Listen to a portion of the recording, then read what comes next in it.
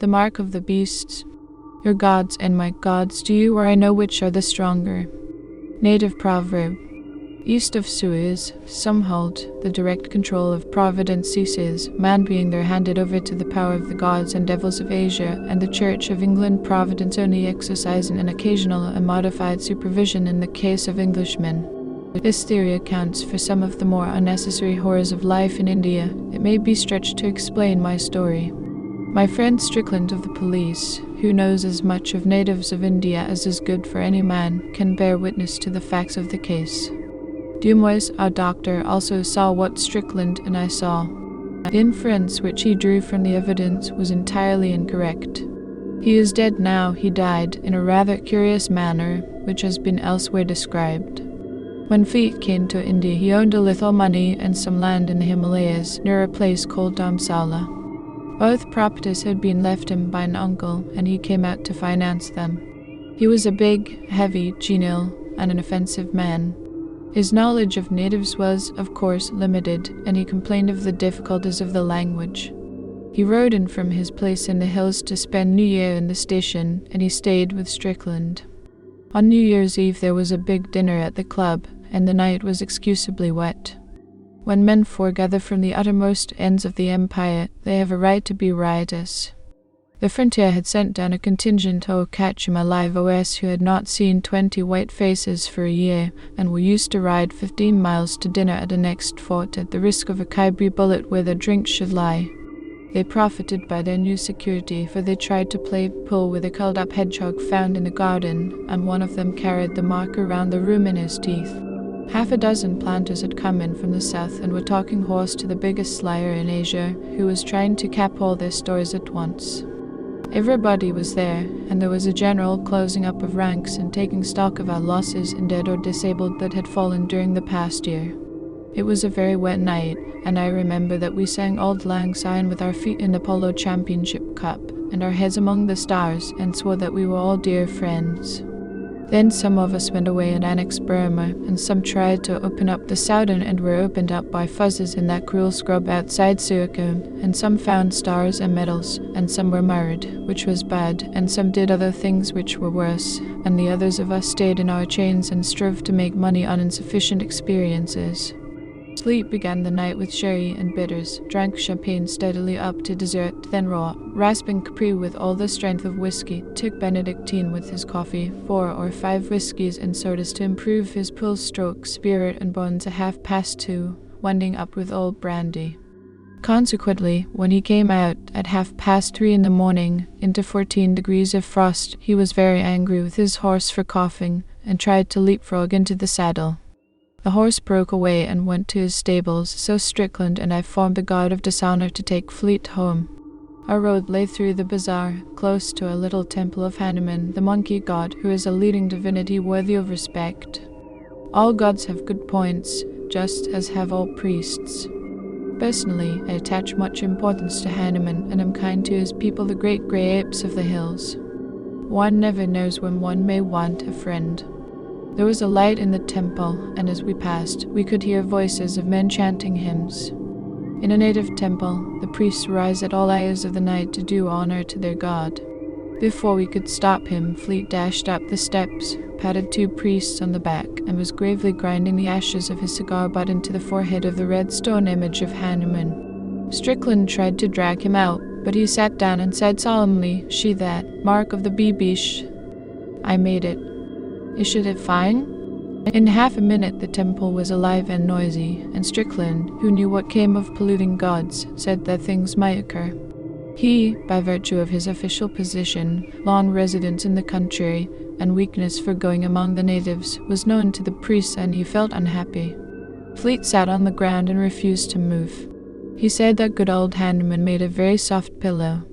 Then, without any warning, a silver man came out of a recess behind the image of the god. He was perfectly naked in that bitter, bitter cold, and his body shone like frosted silver, for he was what the Bible calls a leper, as white as snow. Also he had no face, because he was a leper of some years' standing, and his disease was heavy upon him. We 2 stooped to haul Fleet up, and the temple was filling and filling with folk who seemed to spring from the earth. when the silver man ran in under our arms, making a noise exactly like the mewing of an otter, caught Fleet round the body and dropped his head on Fleet's breast before we could wrench him away. Then he retired to a corner and sat mewing while the crowd blocked all the doors. The priests were very angry until the silver man touched Fleet. That nuzzling seemed to sober them. At the end of a few minutes' silence, one of the priests came to Strickland and said, in perfect English, "Take your friend away. He has done with Hanneman, but Hannernan has not done with him." The crowd gave room and we carried Fleet into the road. Strickland was very angry. He said that we might all three have been knifed, and that Fleet should thank his stars that he had escaped without injury. Fleet thanked no one. He said that he wanted to go to bed. He was gorgeously drunk. We moved on, Strickland silent and wrathful, until Fleet was taken with violent shivering fits and sweating. He said that the smells of the bazaar were overpowering, and he wondered why slaughterhouses were permitted so near English residences. "Can't you smell the blood?" said Fleet. We put him to bed at last, just as the dawn was breaking, and Strickland invited me to have another whiskey and soda. While we were drinking, he talked of the trouble in the temple, and admitted that it baffled him completely. Strickland hates being mystified by natives because his business in life is to overmatch them with their own weapons. He has not yet succeeded in doing this, but in 15 or 20 years he will have made some small progress.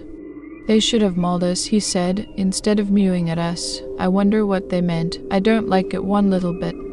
I said that the managing committee of the temple would in all probability bring a criminal action against us for insulting their religion. There was a section of the Indian Penal Code which exactly met Fleet's offense. Strickland said he only hoped and prayed that they would do this. Before I left, I looked into Fleet's room and saw him lying on his right side, scratching his left breast. Then I went to bed cold, depressed, and unhappy at 7 o'clock in the morning. At 1 o'clock I rode over to Strickland's house to inquire after Fleet's head. I imagined that it would be a sore one. Fleet was breakfasting and seemed unwell. His temper was gone, for he was abusing the cook for not supplying him with an underdone chop. A man who can eat raw meat after a wet night is a curiosity. I told Fleet this, and he laughed. "You breed queer mosquitoes in these parts," he said. "I've been bitten to pieces, but only in one place." "Let's have a look at the bite," said Strickland. "It may have gone down since this morning." While the chops were being cooked, Fleet opened his shirt and showed us, just over his left breast, a mark, the perfect double of the black rosettes to 5 or 6 irregular blotches arranged in a circle on a leopard's hide. Strickland looked and said, "It was only pink this morning. It's grown black now." Fleet ran to a glass. "By Jove," he said, "this is nasty." "What is it?" We could not answer. Here the chops came in, all red and juicy, and Fleet bolted 3 in a most offensive manner. He ate on his right grinders only, and threw his head over his right shoulder as he snapped the meat. When he had finished, it struck him that he had been behaving strangely, for he said apologetically, "I don't think I ever felt so hungry in my life. I've bolted like an ostrich." After breakfast, Strickland said to me, "Don't go. Stay here and stay for the night." Seeing that my house was not 3 miles from Strickland's, this request was absurd. But Strickland insisted, and was going to say something when Fleet interrupted by declaring in a shamefaced way that he felt hungry again. Strickland sent a man to my house to fetch over my bedding and a horse, and we 3 went down to Strickland's stables to pass the hours until it was time to go out for a ride. The man who has a weakness for horses never wearies of inspecting them, and when 2 men are killing time in this way, they gather knowledge and lies the one from the other. There were 5 horses in the stables, and I shall never forget the scene as we tried to look them over. They seemed to have gone mad. They reared and screamed and nearly tore up their pickets. They sweated and shivered and lathered or were distraught with fear. Strickland's horses used to know him as well as his dogs, which made the matter more curious. We left the stable for fear of the brutes throwing themselves in their panic. Then Strickland turned back and called me. The horses were still frightened, but they let us gentle and make much of them, and put their heads in our bosoms. "They aren't afraid of us," said Strickland. "Do you know, I'd give 3 months' pay if Outrage here could talk." But Outrage was dumb, and could only cuddle up to his master and blow out his nostrils, as is the custom of horses when they wish to explain things but can't.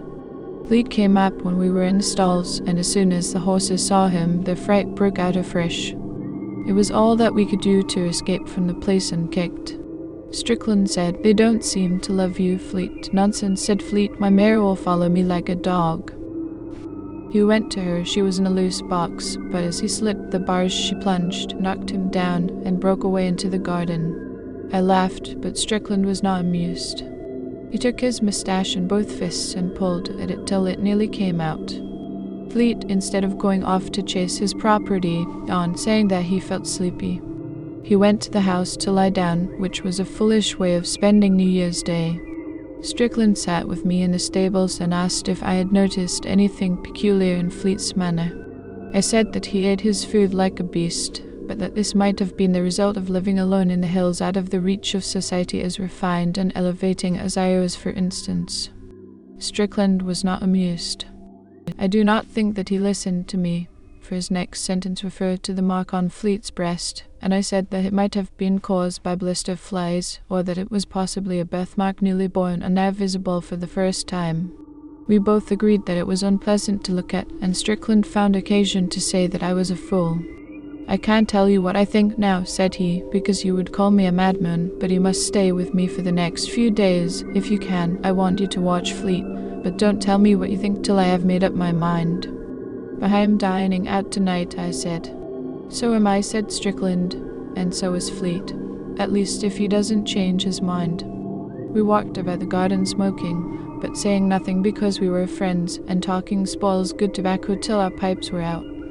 Then we went to wake up Fleet. He was wide awake and fidgeting about his room. "I say, I want some more chops," he said. "Can I get them?" We laughed and said, "Go and change. The ponies will be round in a minute." "All right," said Fleet. "I'll go when I get the chops underdone once, mind." He seemed to be quite in earnest. It was 4 o'clock, and we had had breakfast at 1. Still, for a long time, he demanded those underdone chops. Then he changed into riding clothes and went out into the veranda. His pony, the mare, had not been caught, would not let him come near. All 3 horses were unmanageable mad with fear, and finally Fleet said that he would stay at home and get something to eat. Strickland and I rode out wondering. As we passed the temple of Hanuman, the silver man came out and mewed at us. "He is not one of the regular priests of the temple," said Strickland. "I think I should peculiarly like to lay my hands on him." There was no spring in our gallop on the racecourse that evening. The horses were stale and moved as though they had been ridden out. "The fright after breakfast has been too much for them," said Strickland. That was the only remark he made through the remainder of the ride. Once or twice I think he swore to himself, but that did not count. We came back in the dark at 7 o'clock and saw that there were no lights in the bungalow. "Careless ruffians my servants are," said Strickland. My horse reared at something on the carriage drive, and Fleet stood up under its nose. "What are you doing, grovelling about the garden?" said Strickland. But both horses bolted and nearly threw us. We dismounted by the stables and returned to Fleet, who was on his hands and knees under the orange bushes. "What the devil's wrong with you?" said Strickland. Nothing in the world," said Fleet, speaking very quickly and thickly. "I have been gardening, botanizing, you know. The smell of the earth is delightful. I think I'm going for a long walk all night." Then I saw that there was something excessively out of order somewhere, and I said to Strickland, "I am not dining out, bless you." Said Strickland, "Here, Fleet, get up. You'll catch fever there. Come in to dinner, and let's have the lamps lit. We'll all dine at home." Fleet stood up unwillingly and said, no lamps, it's much nicer here. Let's dine outside and have some more chops, lots of 'em, and underdone bloody ones with gristle." Now a December evening in northern India is bitterly cold, and Fleet's suggestion was that of a maniac. "Come in," said Strickland sternly. "Come in at once." Fleet came, and when the lamps were brought, we saw that he was literally plastered with dirt from head to foot. He must have been rolling in the garden. He shrank from the light and went to his room. His eyes were horrible to look at. There was a green light behind them, not in them, if you understand, and the man's lower lip hung down. Strickland said there is going to be trouble, big trouble tonight. Don't you change your riding things. We waited and waited for Fleet's reappearance and ordered dinner in the meantime. We could hear him moving about his own room, but there was no light there. Presently from the room came the long-drawn howl of a wolf. People write and talk lightly of blood running cold and hair standing up and things of that kind. Both sensations are too horrible to be trifled with. My heart stopped as though a knife had been driven through it, and Strickland turned as white as the tablecloth. The howl was repeated, and was answered by another howl far across the fields. That's at the gilded roof on the Horror. Strickland dashed into Fleet's room. I followed, and we saw Fleet getting out of the window. He made beast noises in the back of his throat. He could not answer us when we shouted at him. He spat. I don't quite remember what followed, but I think that Strickland must have stunned him with the long boot jack, or else I should never have been able to sit on his chest. Fleet could not speak, he could only snarl, and his snarls were those of a wolf, not of a man. The human spirit must have been giving way all day and have died out with the twilight. We were dealing with a beast that had once been Fleet. The affair was beyond any human and rational experience. I tried to say hydrophobia, but the word wouldn't come because I knew that I was lying. We bound this beast with leather thongs of the punker rope and tied its thumbs and big toes together and gagged it with a shoehorn, which makes a very efficient gag if you know how to arrange it. Then we carried it into the dining room and sent a man to Dumas, the doctor, telling him to come over at once. After we had dispatched the messenger and were drawing breath, Strickland said, "It's no good, this isn't any doctor's work." I also knew that he spoke the truth. The beast's head was free, and it threw it about from side to side. Anyone entering the room would have believed that we were curing a wolf's pelt. That was the most loathsome accessory of all. Strickland sat with his chin in the heel of his fist, watching the beast as it wriggled on the ground, but saying nothing. The shirt had been torn open in the scuffle and showed the black rosette mark on the left breast. It stood out like a blister. In the silence of the watching we heard something without mewing like a she-otter. We both rose to our feet and, I answer for myself, not Strickland, felt sick actually and physically sick. We told each other, as did the men in Pinafore, that it was the cat. Dumas arrived, and I never saw a little man so unprofessionally shocked. He said that it was a heart-rending case of hydrophobia and that nothing could be done. At least any palliative measures would only prolong their agony. The beast was foaming at the mouth. Fleet, as we told Dumas, had been bitten by dogs once or twice. Any man who keeps half a dozen terriers must expect a nip now and again. Dumas could offer no help. He could only certify that Fleet was dying of hydrophobia. The beast was then howling, for it had managed to spit out the shoehorn. Dumas said that he would be ready to certify to the cause of death, and that the end was certain. He was a good little man, and he offered to remain with us, but Strickland refused the kindness. He did not wish to poison Dumas' New Year. He would only ask him not to give the real cause of Fleet's death to the public. So Dumas left deeply agitated, and as soon as the noise of the cart wheels had died away, Strickland told me, in a whisper, his suspicions. They were so wildly improbable that he dared not say them out loud, and I, who entertained all Strickland's beliefs, was so ashamed of owning to them that I pretended to disbelieve.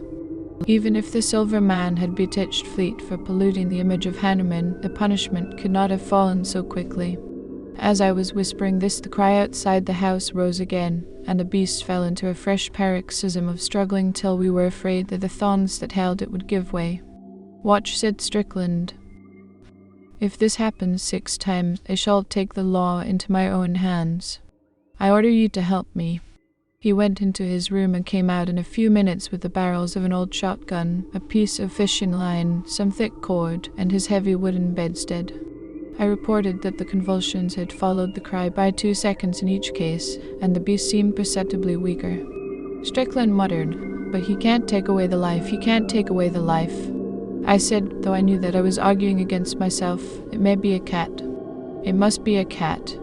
If the Silver Man is responsible, why does he dare to come here?" Strickland arranged the wood on the hearth, put the gun barrels into the glow of the fire, spread the twine on the table, and broke a walking stick in 2. There was 1 yard of fishing line, got lapped with wire, such as is used for mossel fishing, and he tied the 2 ends together in a loop. Then he said, "How can we catch him? He must be taken alive and unhurt."